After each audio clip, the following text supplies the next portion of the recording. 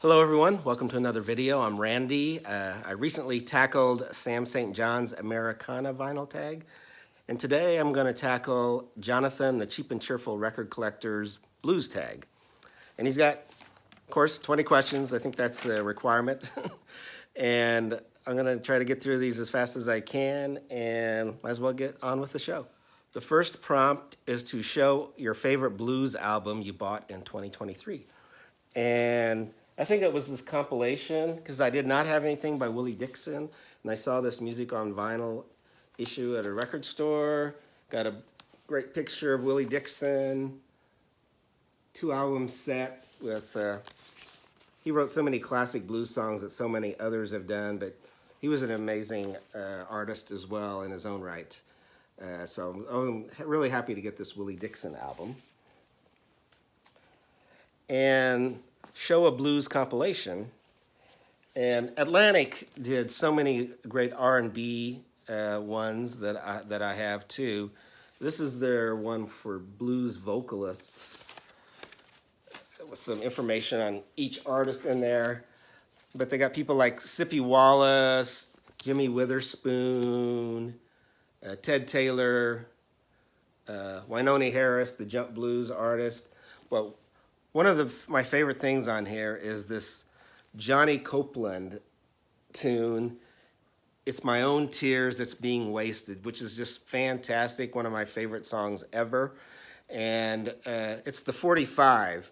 He later recorded, when he went to Rounder, re-recorded it, but this is the one to have, the 45 that Johnny Copeland did of that song. Just amazing. Number 3, show a female blues artist. And I'm going to show Valerie Wellington, and this is her album $1 Million Secret with Magic Slim and the Teardrops as the backing band. And I always like what it said on here on the back. She's got an endorsement. The first time I heard Valerie sing, I knew she had the voice and talent to give the world a dose of what the blues is all about. Her voice is strong and pure delight. Koko Taylor. Can't get any better endorsement than that. Valerie Wellington. Show some white boy blues. So I'm going with the group Taste with Roy Gallagher. This was his band, and he wrote most of these tunes, although he does do a traditional song, a Lead Belly song, even does a Hank Snow tune on here. But yeah, great white boy blues from Roy Gallagher and his band Taste. 5, show an album recorded or pressed outside the U.S. Well, I'm going to show Hans Theessink, his album Baby Wants to Boogie. This was on Flying Fish Records, which is actually, I think, out of Chicago. But it was recorded in Vienna, Austria. And Hans Theessink is a Dutch blues artist. But yeah, Baby Wants to Boogie, Hans Theessink. All right, number 6, show a duet blues album.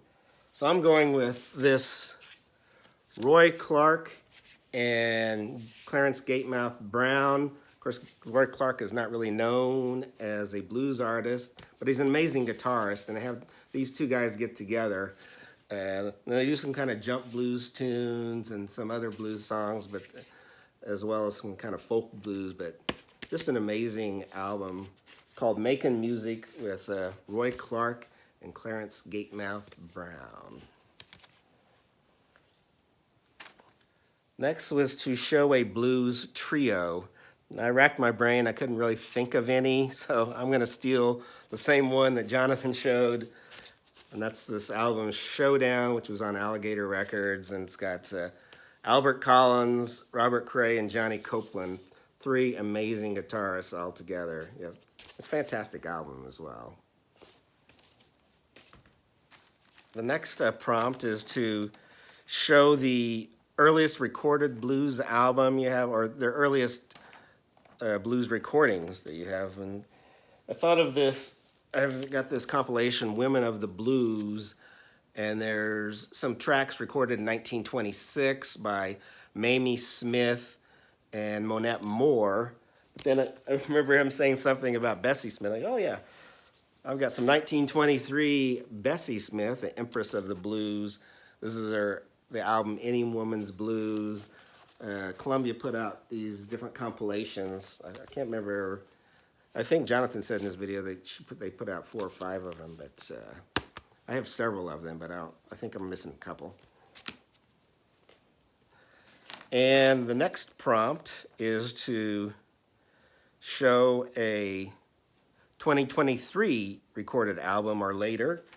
And first I thought, well, I don't collect a lot of the modern blues guys, unfortunately. Well, I should. I'm still picking up a lot of the older people. But I go, well, I have this 2018 Buddy Guy. And then I thought, oh, wait a minute. I remember I do have one from last year. I do have a 2023, and it's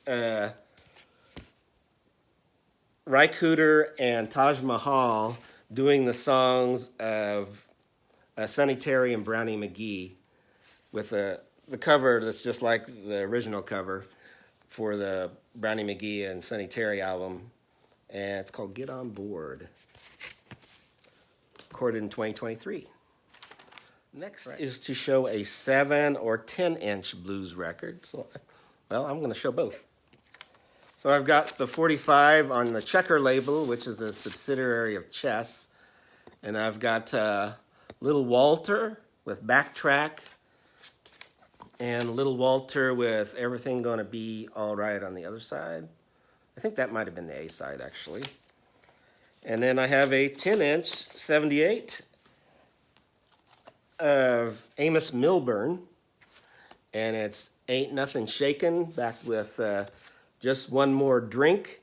Amos Milburn was a jump blues piano player, and he did a lot of drinking songs. He was also probably the first, or he's the first one to have a hit with one bourbon, one scotch, one beer that George Thorogood later had a hit with. But yeah, on the Aladdin label, Amos Milburn.